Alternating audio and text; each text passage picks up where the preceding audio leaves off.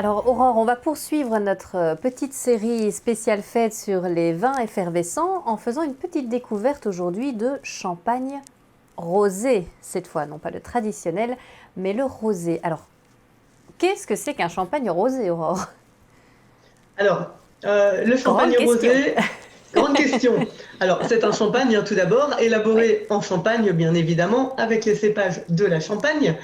Euh, le cépage rosé, on a aussi parfois des petits a priori un petit peu sur ce champagne-là.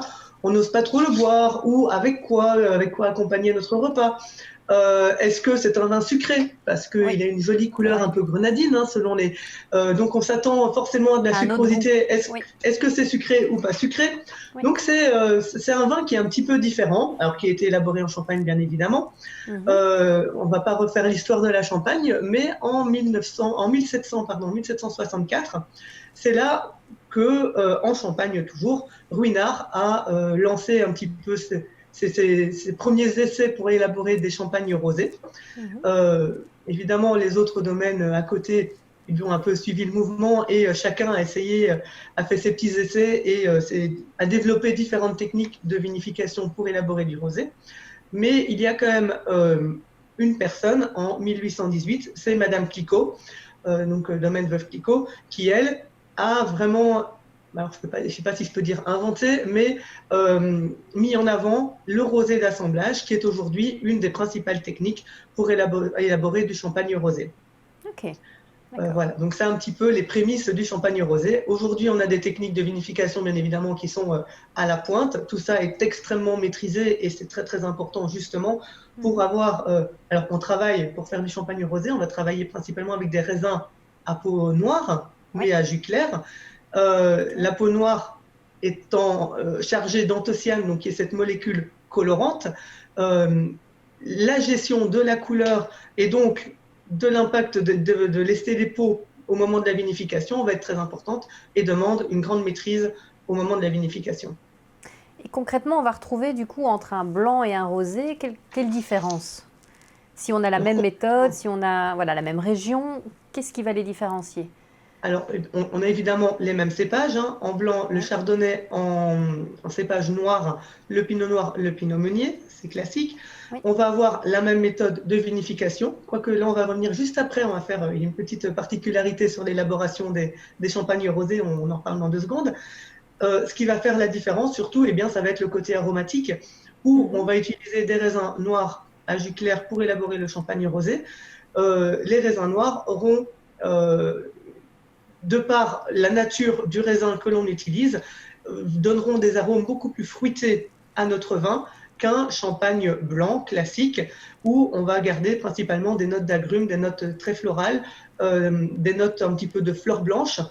C'est Mhm. vraiment le point de vue, le côté aromatique qui va faire la différence.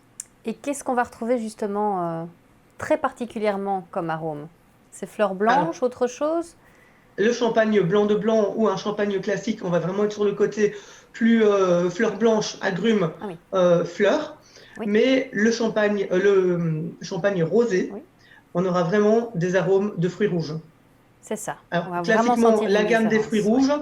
rouges, sur le champagne que nous allons déguster après, pour moi, il y a un petit fruit qui se démarque un petit peu. Ah, On oui, verra ensemble. Mais on est d'accord. vraiment sur une gamme de fruits rouges. D'accord. Ok. Et donc au niveau de cette vinification, quelle est cette petite particularité à noter? Ah, Ah ah, ah. là, ça va te plaire, Céline, je le sais. Ah bon? Alors, deux techniques de vinification pour élaborer des champagnes rosés. La première, elle est très simple. On va partir d'un vin tranquille, un Oui. vin tranquille, donc un vin sans aucune effervescence, qui va être soit du pinot noir, soit du pinot meunier, donc nos raisins à peau noire mais à jus clair, Mhm. que l'on va ensuite assembler. Et c'est là où on a une petite spécialité, alors je fais la version courte, hein, mais on a une petite particularité en Champagne, c'est que Oui. la Champagne est la seule région de France où on peut assembler du vin rouge, donc, qui est reconnu et autorisé par l'AOC Champagne, avec du vin blanc. Ah bon? Ok. Voilà, c'est la seule Le région de seul France. Donc, endroit où on va trouver ça. D'accord. voilà, si on fait un vin rosé classique, Oui. on ne mélange pas du blanc du Ah ben rouge. non, Ça non. n'existe pas, c'est pas possible, bien évidemment. Oui. C'est la vinification. On va travailler uniquement à partir de raisins noirs. c'est ça. Pour un champagne rosé, dans cette première méthode d'assemblage qui est donc un assemblage classique de vin, on peut mélanger du rouge avec du blanc. Bon, alors ensuite, le processus de fermentation va se lancer et la vinification va se dérouler de la même façon avec une fermentation pareil en bouteille. Une deuxième méthode, un petit peu moins utilisée aujourd'hui, va être de travailler ce qu'on appelle un rosé de saignée. C'est-à-dire que dans ces cas-là, on va toujours utiliser nos raisins avec la peau noire, bien sûr, mais on va laisser ces peaux macérer quelques temps ensemble, quelques heures.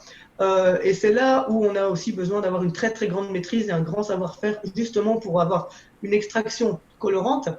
Mais la peau amène aussi des tanins et un champagne n'est pas tannique. Donc, il faut justement trouver le bon équilibre entre la coloration et le côté, l'extraction tannique faible, justement, qui est recherchée pour l'élaboration d'un champagne rosé. D'accord, intéressant. Donc 2 méthodes de vinification pour un champagne rosé. Alors, la méthode principale étant la méthode d'assemblage. C'est ça, d'accord. Ok, intéressant, Voilà. intéressant. Quel champagne nous as-tu choisi pour illustrer ce champagne rosé, justement? Alors, aujourd'hui, on est dans un domaine donc, situé au sud de la Bourgogne, hein, le domaine Foissy-Joly. Donc, domaine qui fait 7 hectares et demi, petit domaine familial exploité depuis 4 générations. Aujourd'hui, eh bien, c'était les parents avant. Aujourd'hui, c'est le fils et son épouse qui ont repris les rênes de l'exploitation. Quelques salariés. On reste vraiment sur une toute petite exploitation familiale qui produit à la fois du champagne classique, hein, blanc ou blanc de noir, mais aussi du champagne rosé comme celui-ci. D'accord. Celui-ci est un... On va le déguster, absolument. Celui-ci est donc un brut, donc non pas un extra brut, mais un brut. Donc, on peut s'attendre à avoir un petit peu plus de sucrosité dans celui-ci. Léger. Brut, pour rester sur un brut, on reste quand même sur une sucrosité qui va être très très faible. Pour te donner un petit ordre d'idée, tout d'abord, on a ce qu'on appelle les bruts nature. Dans ces cas-là, on a entre 0 et 3 grammes de sucre par litre. C'est vraiment, bon là, c'est infime. On n'a rien du tout. Ensuite, on peut passer sur un extra brut où on va augmenter, on peut aller jusqu'à 6 grammes de sucre par litre. Sur un brut comme celui-ci, on peut aller jusqu'à 12 grammes de sucre par litre.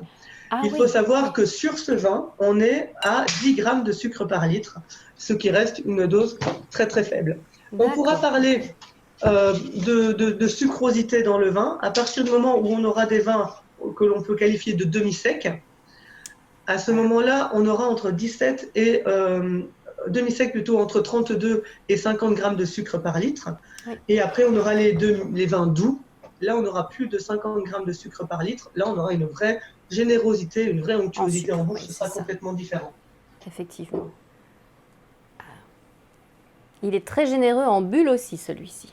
Oui, tout à fait. Très joli, effectivement, cette jolie couleur, comme tu le disais, cette jolie couleur grenadine. On a vraiment un rose qui est bien marqué quand même. Alors oui, on a une jolie couleur grenadine, hein, bien marquée, bien prononcée, un joli rose. Bon, elle est très élégante. Hein. Alors, comme on le disait justement, on parlait, c'est un brut, donc ce qui fait que notre champagne est très légèrement sucré, voire pas du tout. Donc le champagne rosé n'est pas, selon certains a priori, automatiquement sucré, pas se fier à cette jolie couleur grenadine qui pourrait laisser penser que. Mais non. Effectivement. C'est très agréable aussi. Hein.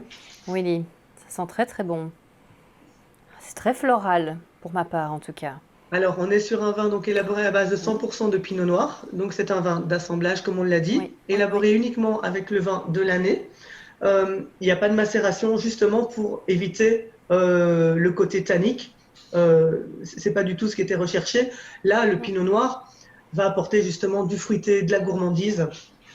Déjà au nez, hein, on l'a cette gourmandise. Hein. Oui, moi je sens la framboise.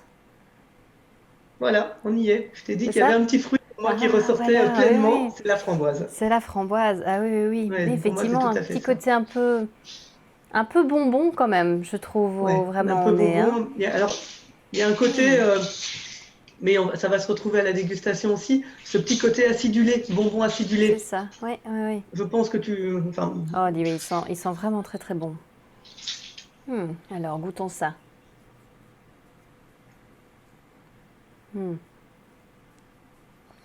Une très jolie effervescence aussi, hein, bien évidemment. Des Oh, petites il est bulles toutes très fines, très toutes bon. délicates. C'est tout Et mignon. on retrouve cette framboise, hein, c'est terrible.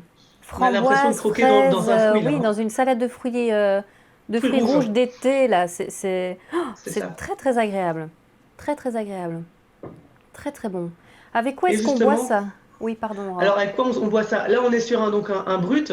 À partir du moment où on a des champagnes rosés qui soient bruts, voire extra bruts, donc vraiment avec une sucrosité très très légère, à l'apéritif, bien évidemment. Oui. Euh, Tu sais, sur un saumon fumé, ça peut super bien marcher. Un foie Ah, gras, ça pourrait ouais. être un bon accord aussi. Hmm, Si on veut pas faire mal. quelque chose de décalé, on peut partir sur un plat sucré type un tagine. Un Ah, bon tagine, ça va pas mal, oui, justement oui. équilibrer le sucre du plat, ça peut être top. Si maintenant on opte pour un champagne doux, donc avec un peu plus de sucre, Oui, on va plutôt le boire en dessert, bien évidemment. c'est ça. Là, sur quelque chose de vraiment sucré Voilà. dans ce cas-là, quoi. Mais là, on a vraiment Vraiment toute la très. gourmandise, toute l'onctuosité et ce côté très acidulé qu'on retrouvait au nez. Moi, je trouve qu'on le retrouve très bien en bouche aussi et qu'il est bien présent. Absolument, absolument. Il y a une belle continuité entre ce qu'on sent et ce qu'on goûte. Il a malgré tout une très belle vivacité, très belle attaque, une bonne longueur aussi. Oui, tout à fait, oui, ça, Je le goûte encore. Et tout à malgré fait. cette odeur acidulée, on sent quand même ce côté brut malgré tout.